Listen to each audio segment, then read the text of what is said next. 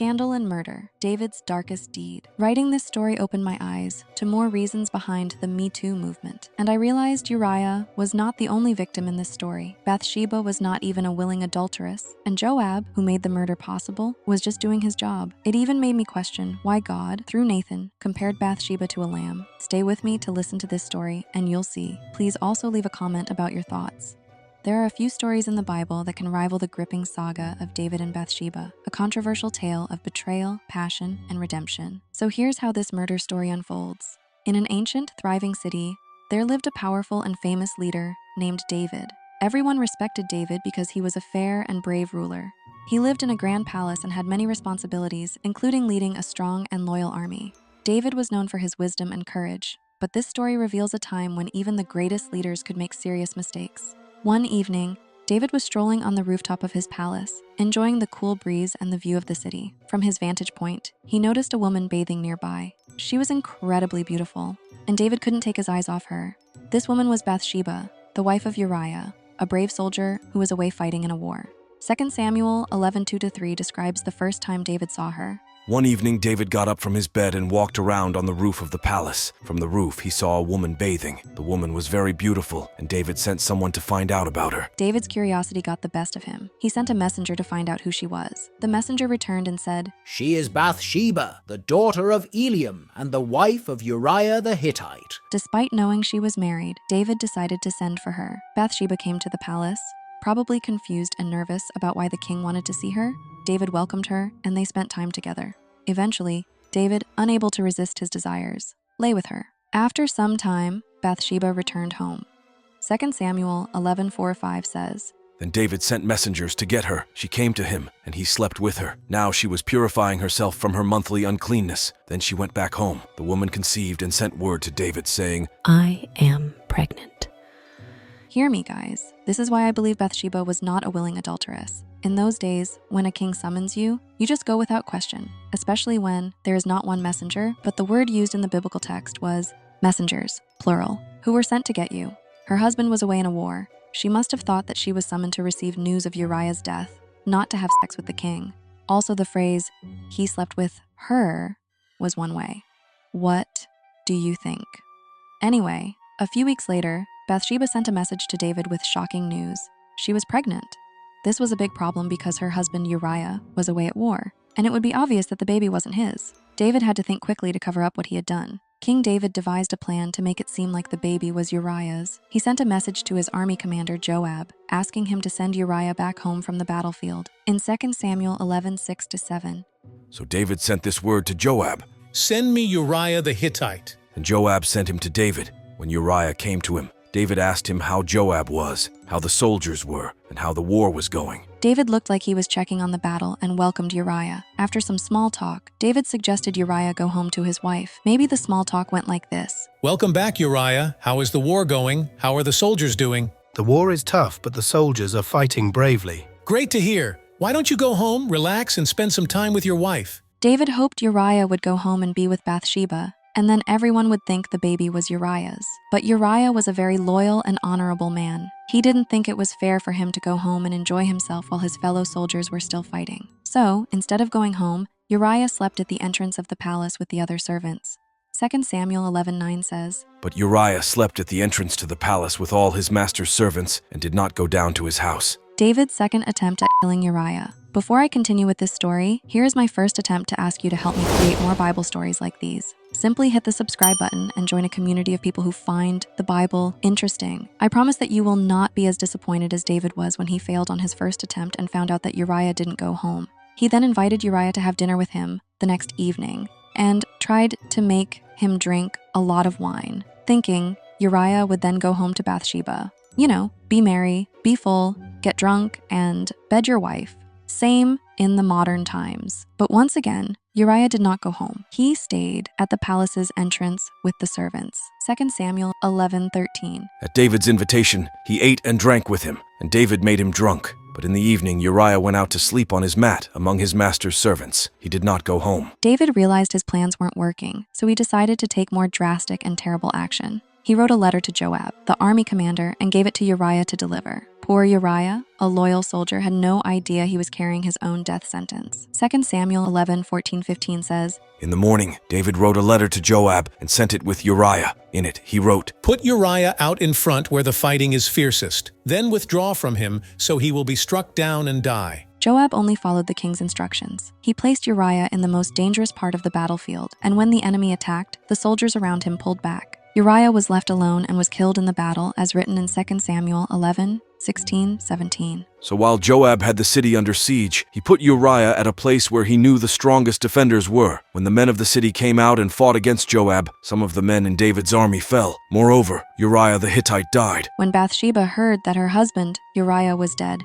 she was heartbroken and mourned for him. After the period of mourning was over, David brought Bathsheba to his palace, and she became his wife. She gave birth to a son, but the Lord was dissatisfied with what David had done. In 2 Samuel 11:26-27, When Uriah's wife heard that her husband was dead, she mourned for him. After the time of mourning was over, David had her brought to his house, and she became his wife and bore him a son. But the thing David had done displeased the Lord. God saw everything that David had done and was very unhappy with him. God sent Nathan the prophet to talk to David. Nathan told David a story to help him understand his wrongdoing. 2 Samuel 12:1-4 reads, The Lord sent Nathan to David. When he came to him, he said, There were 2 men in a certain town, one rich and the other poor. The rich man had a very large number of sheep and cattle, but the poor man had nothing except one little ewe lamb he had bought. He raised it, and it grew up with him and his children. It shared his food, drank from his cup, and even slept in his arms. It was like a daughter to him. Now a traveler came to the rich man,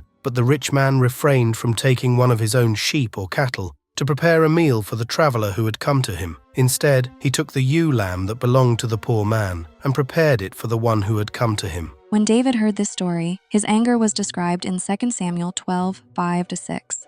David burned with anger against the man and said to Nathan, As surely as the Lord lives, the man who did this must die. He must pay for that lamb 4 times over because he did such a thing and had no pity.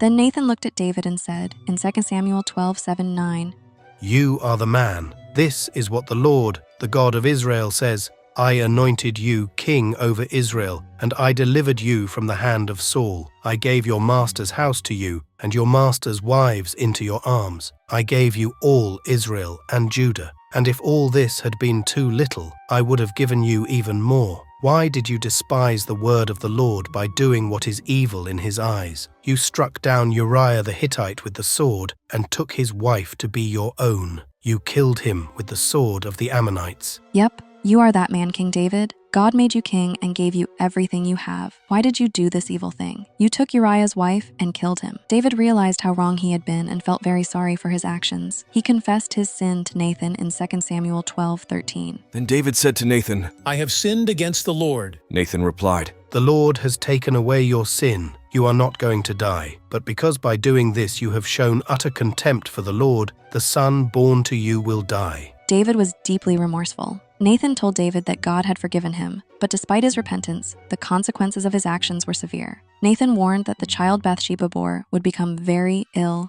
and die. 2 Samuel 12:15-17 reads, After Nathan had gone home, the Lord struck the child that Uriah's wife had borne to David, and he became ill. David pleaded with God for the child. He fasted and spent the nights lying in sackcloth on the ground. The elders of his household stood beside him to get him up from the ground, but he refused, and he would not eat any food with them. David was heartbroken and prayed earnestly for the child's recovery. He fasted, wept, and lay on the ground all night. The servants were worried and tried to get him to eat, but he refused. 2 Samuel 12:18 says, On the 7th day, the child died. David's attendants were afraid to tell him that the child was dead, for they thought, While the child was still living, he wouldn't listen to us when we spoke to him. How can we now tell him the child is dead? He may do something desperate. When the child died on the 7th day, David's servants were afraid to tell him, fearing his reaction. But David caught them whispering and realized what had happened. He asked them directly if the child had died, and they confirmed it in 2 Samuel 12:19-20. David noticed that his attendants were whispering among themselves, and he realized the child was dead.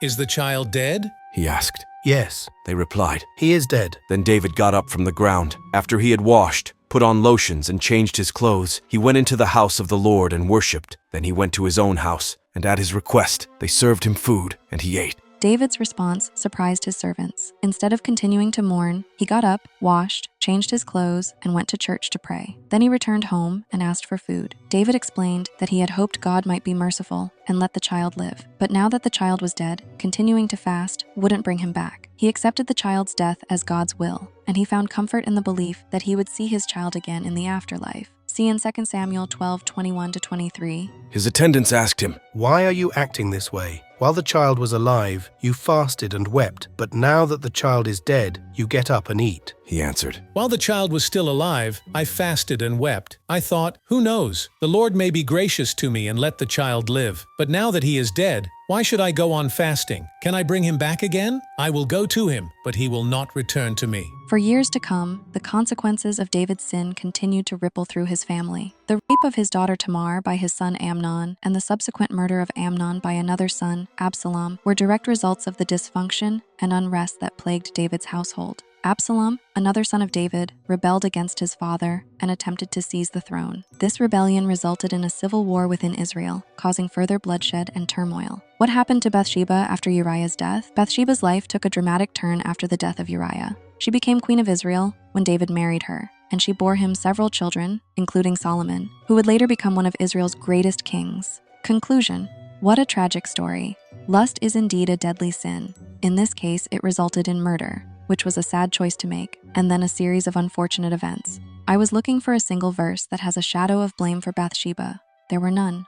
God knew she was innocent. King David has full control of his evil thoughts. He had power over his subjects.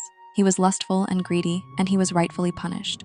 If these were current events, King David would be on the Me Too list. But I must also say, God knows way better than most of us. He is, after all, omniscient. This tragedy paved the way for the birth of the legendary King Solomon. This story also became a showcase of God's forgiveness and the consequences of man's sins. And that, my dears, is the sad story of how a king murdered to steal somebody else's wife. What could my next biblical murder story be? Do you have suggestions? Subscribe to Bible on Board and be the first to know about the latest uploads. See you later.